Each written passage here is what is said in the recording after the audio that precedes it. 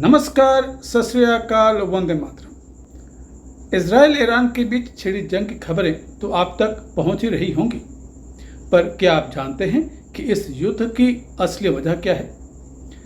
Israel और Iran के बीच ऐसा क्या है कि दोनों मुल्क एक दूसरे को खत्म करने पर आमादा हो चुके हैं? जैसा कि आप जानते हैं कि रूस और चीन ईरान के समर्थन में आ चुके हैं और वहां अमेरिका इजराइल के पीछे खड़ा हो चुका है और इस तीनों के गठबंधन से तीसरे विश्व युद्ध की आशंका कहीं ज़्यादा बढ़ चुकी है। तो ऐसे में यह युद्ध सिर्फ और सिर्फ परमाणु ऊर्जा के लिए तो हरगिज़ नहीं है। अगर किसी ने इसका कारण आपको परमाणु ऊर्जा बताया है तो बिल्कुल गलत बतलाया है। दिक्कत ईरान के परमाणु ऊर्जा के इस्तेमाल से नहीं है, दिक्कत इस बात से है कि आखिर ईरान परमाणु ऊर्जा से करना क्या चाहता है। ईरान परमाणु ऊर्जा का इस्तेमाल बिजली बनाने के लिए करे, जहाज चलाने के लिए करे, कोई एतराज़ नहीं है। पर क्या ईरान परमाणु ऊर्जा का इस्तेमाल सिर्फ बिजली बनाने और जहाज चलाने के लिए करना चाहता है? ईरान कहता तो ऐसा ही है, पर क्या ये सच है? आइए जानते हैं कि सच क्या है, क्योंकि इस सच में ही ईरान इजराइल की जंग की असली वजह छुपी हुई है। दरअसल परमाणु ऊर्जा प्राप्त होती है यूरेनियम से, जो एक रेडियो एक्टिव खनिज है। इस खनिज को जब निकाला जाता है तो रेडियो एक्टिव तो होता है, पर यह इतना खतरनाक नहीं होता। फिर इसे एनरिच किया जाता है। जिस यूरेनियम को अभी एनरिच नहीं किया गया हो उसे कहते हैं U-235, और जिस यूरेनियम को एनरिच कर दिया गया हो उसे कहते हैं U-38। मोटे तौर पे आप ये समझ लीजिए कि ये सारी लड़ाई U-35 से U-38 के बीच की है। जैसे जैसे यूरेनियम को कन्फिग्रेशन की प्रक्रिया से एनरिच किया जाता है, वैसे वैसे यूरेनियम की पोटेंसी यानी यूरेनियम की ताकत बढ़ती चली जाती। अब यूरेनियम के शांतिपूर्ण प्रयोग के लिए, जैसे बिजली बनाना या समुद्री जहाज चलाना, इन सब के लिए U-35 की पोटेंसी 30% के लेवल पर होना काफ़ी होती है। लेकिन न्यूक्लियर हथियार बनाने हो तो यूरेनियम की पोटेंसी 35 काफ़ी नहीं है। न्यूक्लियर हथियार बनाने के लिए यूरेनियम की पोटेंसी को 85 तक बढ़ाना पड़ता है। अब आते हैं ईरान के न्यूक्लियर प्रोग्राम पर। आपने खबरों में सुना होगा कि इजराइल ने ईरान के नताज और तबरीज़ कर्मनिशाह परमाणु और मिलिट्री ठिकानों पर हमला किया है। बताया यह भी जा रहा है कि इसमें ईरान के टॉप के न्यूक्लियर वैज्ञानिक और मिलिट्री के अधिकारी मारे गए। इजराइल के अपने आरोप हैं। इजराइल का आरोप है कि इन परमाणु ठिकानों पर यूरेनियम के एनरिचमेंट का लेवल 60 तक पहुंच चुका था। इजराइल का यह भी कहना है कि ईरान न्यूक्लियर बम बनाने से मात्र 15 दिन पीछे था।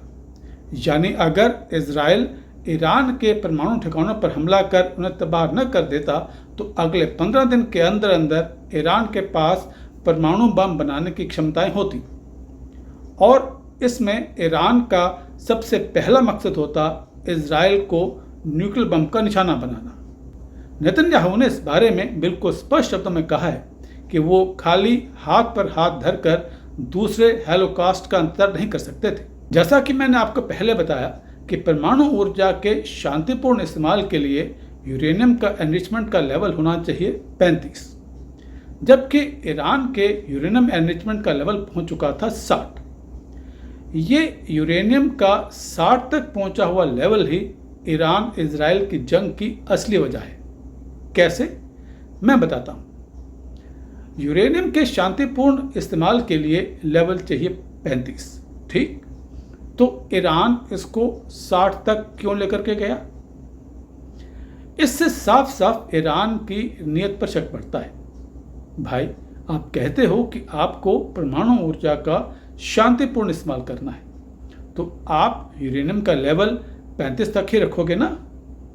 अगर आप इस लेवल को लगातार बढ़ाए चले जा रहे हो तो इसका मतलब साफ है कि आपके इरादे कुछ और हैं। और इस बात की भी कोई गारंटी नहीं कि जो ईरान यूरेनियम के लेवल को 60 तक लेकर के चला गया है वो उसे 85 तक नहीं लेकर जाएगा। यूरेनियम के लेवल का 85 तक ले जाने का मतलब है ईरान के पास न्यूक्लियर हथियार।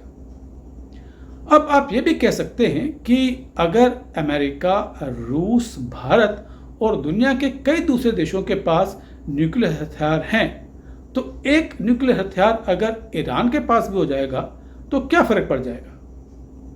इसका जवाब है विश्वास, भरोसा, क्रेडिबिलिटी।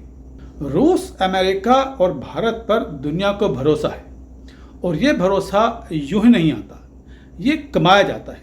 इन देशों ने ये कमाया है अपनी कारकर्दगी से, अपने काम से, अपने ट्रैक रिकॉर्ड से। अगर आप ट्रैक रिकॉर्ड देखेंगे, चाहे रूस का या भारत का, इन्होंने कभी किसी अंतर्राष्ट्रीय कमिटमेंट को नहीं तोड़ा है। जापान के हिरोशिमा और नागासाकी की बॉम्बिंग को अगर छोड़ दिया जाए तो अमेरिका का शुमार भी उन देशों में होता है जिनका ट्रैक रिकॉर्ड परमाणु ऊर्जा के इस्तेमाल में काफ़ी जिम्मेवारी वाला है। पर ईरान के बारे में ऐसा नहीं है। ईरान ने सन 2015 में 5+1 समझौते के अंतर्गत कमिट किया था कि वो यूरेनियम के एनरिचमेंट लेवल को नहीं बढ़ाएगा। ईरान ने यह कमिटमेंट तो कर दिया, पर ईरान ने इस कमिटमेंट पर टिकना सही नहीं समझा। ये बात है सन 2015 की। जुलाई 2015 तक ईरान में 20,000 सेंट्रीफ्यूज मशीनें काम कर रही थीं, जिनके ज़रिए ईरान 8 न्यूक्लियर बम बना सकता था। ये बात जैसे ही यूनाइटेड नेशंस को पता चली तो उन्होंने ईरान पर कई बैन लगा दिए। इस बैन के चलते ईरान को $60 बिलियन का तगड़ा नुकसान भी झेलना पड़ा। ये नुकसान अपने आप में ईरान के लिए बहुत बड़ा था। इसका हल ईरान ने ढूंढा।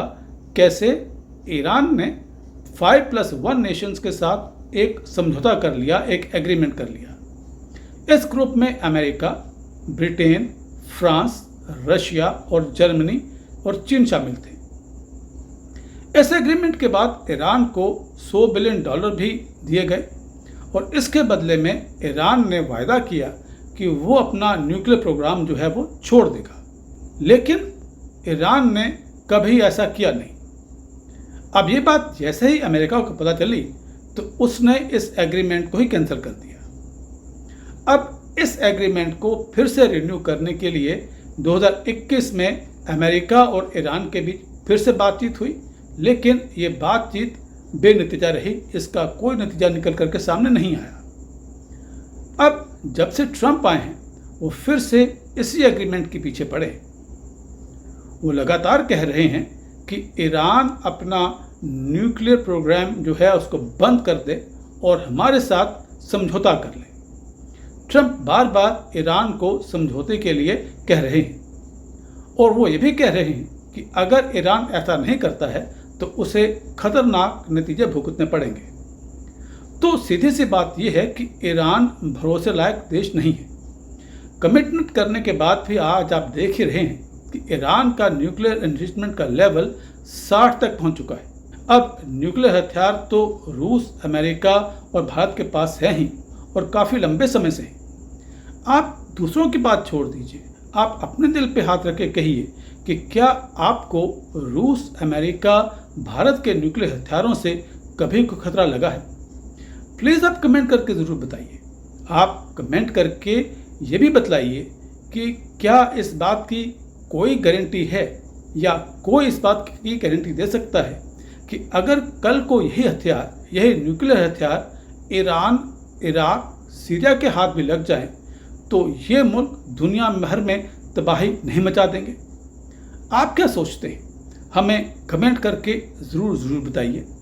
अगर आपको ये वीडियो अच्छा लगा हो तो इसको लाइक करें, शेयर करें और इस चैनल को सब्सक्राइब ज़रूर करें।